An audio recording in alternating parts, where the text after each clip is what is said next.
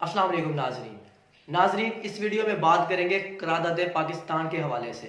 इसके अलावा कायद-ए-आज़म की ज़िंदगी के चंद ऐसे वाक़यात का तज़किरा करेंगे जो ग़ालिबन आपने पहले नहीं सुने होंगे। वीडियो को स्टार्ट करने से पहले आपसे गुजारिश है कि अगर आपको वीडियो पसंद आए तो ज़रूर लाइक कीजिएगा, मेरा चैनल सब्सक्राइब कीजिएगा और अगर आप चाहते हैं कि आपको इसी तरह की लेटेस्ट वीडियोज़ टाइम पर मिलती रहें तो आप बेल आइकन का निशान भी ज़रूर दबाइएगा। शुक्रिया। 22 मार्च 1940 में ऑल इंडिया मुस्लिम लीग का 27वां इजलास मुनक्कद हुआ लाहौर के मंटो पार्क में, जो कि मौजूदा इकबाल पार्क है। वहाँ वज़ीर आला बंगाल मौलवी फजलुल हक ने एक करारदाद पेश की जिसको मुख्तलिफ सूबों की तरफ से मुख्तलिफ रहनुमाओं ने मुतफ़िका तौर पर कबूल किया और इस करारदाद की हमायत की। इस करारदाद को करारदाद पाकिस्तान का नाम दिया गया। चूँकि हमारे रहनुमा तो इसे करारदाद लाहौर कह रहे थे, लेकिन हिंदुओं ने इसे करारदाद पाकिस्तान का नाम दिया। इस करारदाद का उर्दू तर्जुमा मौलाना ज़फ़र अली खान ने किया और इस करारदाद में तकरीबन 1 लाख लोगों ने शिरकत की। अब बात करेंगे कायद-ए-आज़म के ज़िंदगी के चंद ऐसे वाक़यात के बारे में जो ग़ालिबन आपने पहले नहीं सुने होंगे। एक दफ़ा एक छोटा सा बच्चा कराची की एक सड़क पर बगल में बस्ता लिए हुए स्कूल की तरफ जा रहा था। वो अपनी धुन में मस्त था। रोड पर चलते हुए भी उसे आसपास गुजरती हुई जो गाड़ियां थी उनमें कोई दिलचस्पी नहीं थी, जो लोग अपना काम कर रहे थे उनमें कोई दिलचस्पी नहीं थी, बल्कि वो अपने ही काम में मसरूफ था, अपनी ही धुन में मस्त था और वो जा रहा था कि इतने में एक शोर बर्पा हुआ कि चंद शरीर बच्चों ने एक कोचवान को तंग किया। वो कोचवान विक्टोरिया पर जा रहा था। विक्टोरिया 2 घोड़ों वाली गाड़ी को कहते हैं। वो जो नौजवान थे वो विक्टोरिया पर चढ़ना चाह रहे थे और कोचवान उनको रोक रहा था। जब वो शोर बर्पा हुआ तो जो वो नौजवान था, वो छोटा बच्चा था, वो जो सड़क के किनारे पर जा रहा था, इसका ध्यान बटा और इसने उस तरफ देखा। इतने में वो विक्टोरिया उस बच्चे के पास से गुजरी और उस कोचवान ने एक जुमला कसा कि ज़रूर तुम मुसलमानों के बच्चे होगे जो इसीलिए शरारत कर रहे हो, ज़रूर तुम मुसलमानों के बच्चे हो इसीलिए शरारत कर रहे हो। उस छोटे से बच्चे पर ये बात ऐसे महसूस हुई उसको जैसे उसको किसी ने गाली निकाली हो। उसे बड़ा दुख हुआ। उस बच्चे ने उस वक़्त ये तहैया किया कि मैं अपनी कौम को एक मुअज़्ज़ज़ कौम बनाऊंगा, दुनिया में एक मुअज़्ज़ज़ कौम बनाऊंगा। आप इस बात से अंदाज़ा लगा सकते हैं कि उस बच्चे के अंदर छोटे ही वक़्त में, अब वो बचपन में ही था, कि उस बच्चे के अंदर अपनी कौम के लिए कितना जज्बा था। वो बच्चा कोई और नहीं था बल्कि वो कायद-ए-आज़म मोहम्मद अली जिन्ना खुद थे। आप इस बात से अंदाज़ा लगा सकते हैं कि कायद-ए-आज़म मोहम्मद अली जिन्ना बचपन ही से अपनी कौम के बारे में बड़े गौर व फ़िक्र करते थे कि मैंने अपनी कौम को दुनिया में एक मुअज़्ज़ज़ कौम बनाना है। इसके अलावा एक वाक़या है कि कायद-ए-आज़म मोहम्मद अली जिन्ना हिंदुस्तान के चंद रहनुमाओं के साथ लंदन में किसी कॉन्फ्रेंस के लिए गए।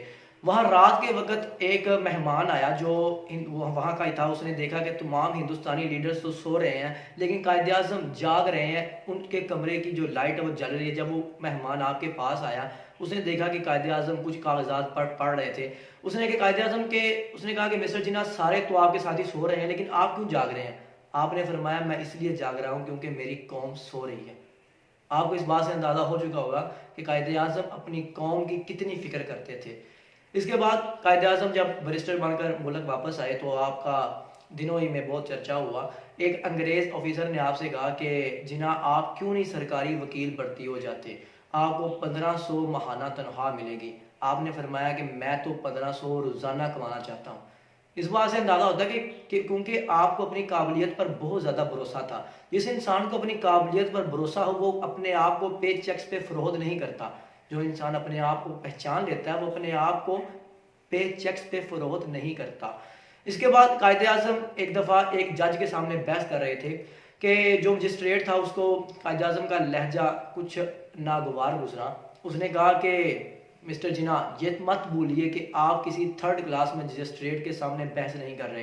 तो कायद-ए-आज़म मोहम्मद अली जिन्ना ने फरमाया कि मजिस्ट्रेट साहब, आप भी मत भूलिए कि आपके सामने भी कोई 3rd क्लास वकील बहस नहीं कर रहा। इससे आप अंदाज़ा लगा सकते हैं कि आपकी काबिलियत का क्या मेयार था। इसके बाद कायद-ए-आज़म हिंदू और मुसलमानों दोनों कौमों को इकट्ठा करने की कोशिश करते थे। इसीलिए आपने पहले कांग्रेस को ज्वाइन किया था, लेकिन बाद में हिंदुओं की तंग नज़री को देख के आपको मालूम हो चुका था कि ये हिंदू सिर्फ हिंदुओं के मफाद के लिए काम कर रहे हैं, ये मुसलमानों का नहीं सोच रहे। एक दफ़ा एक कांग्रेस में एक इज्तिमा था, एक कॉन्फ्रेंस थी। वहाँ हिंदुओं के चंद रहनुमाओं ने स्पीचेस की, तकरीरें की और फ़िरका वारियत के हवाले से फ़िरका परस्त तकरीरें की। जब कायद-ए-आज़म उसके जवाब में कुछ कहना चाहते थे लेकिन आपको वक़्त ना दिया गया। इस बात का आपको बहुत रंज हुआ, बहुत दुख हुआ और आपको मालूम हो चुका था कि ये जो हिंदू रहनुमा ये मुसलमानों के जायज़ हकूक उनको नहीं लेने देंगे। और जो वो पारसी था मुसन्नफ़ जिसने ये बात लिखी, उसने लिखा है कि कायद-ए-आज़म जब वापसी पे जा रहे थे गाड़ी में बैठ के, तो आपकी आंखों में आंसू थे और आपने कहा था कि आज से हमारे रास्ते अलग हैं, आज से हमारे रास्ते अलग होते हैं। इसके अलावा बात करेंगे कि कायद-ए-आज़म मोहम्मद अली जिन्नाह एक दफ़ा एक कॉन्फ्रेंस में मौजूद थे और वासराय हिंद की कॉन्फ्रेंस थी और उसमें कुछ अमूर पर बात हो रही थी कि एक अंग्रेज़ मिस्टर जॉर्ज बेल उसने अब्राहम लिंकन का हवाला दिया। तो कायद-ए-आज़म ने कहा कि क्या ये बात है कि इब्लीस बाइबल का हवाला दे रहा है, हालांकि उसने बाइबल पढ़ी ही नहीं। इस तंजिया अल्फाज का मतलब ये है कि जो जॉर्ज बेल था उसको इब्लीस से तशबीह दी कि इब्लीस जो है वो बाइबल का हवाला दे रहा है, हालांकि उसने बाइबल पढ़ी ही नहीं।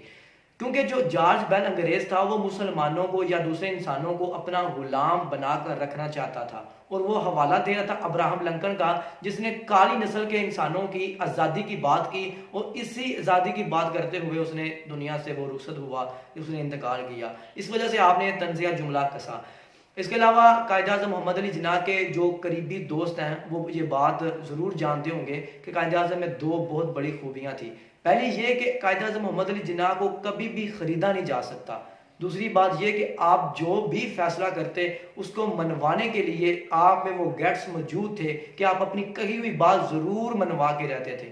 आप इससे कदर मुतमिन थे, इस कदर बाहौसला और बामकसद इंसान थे कि आपने फरमाया कि अगर मुझे पाकिस्तान के लिए एक दफ़ा आपने एक रुमाल बिछाया और आपने कहा कि फर्श पर रुमाल बिछा कर कहा कि अगर मुझे पाकिस्तान के लिए इतनी ज़मीन भी मिले तो मैं उसे भी कबूल कर लूँगा।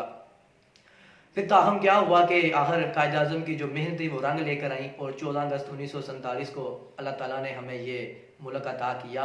अब ये हमारी ज़िम्मेदारी है कि हमने इसकी जगराफियाई सरहदों की हिफाजत किस तरह करनी है, इसकी नज़रियाती सरहदों की हिफाजत कैसे करनी है। अपने एक शेर के साथ इस तमाम तकरीर को ख़त्म करना चाहूँगा। लाया हूँ तूफ़ान से ये कश्ती निकाल कर, लाया हूँ तूफ़ान से ये कश्ती निकाल कर, मेरे बच्चों इसको रखना संभाल कर। शुक्रिया, अपना ख्याल रखिएगा। अल्लाह हाफिज़।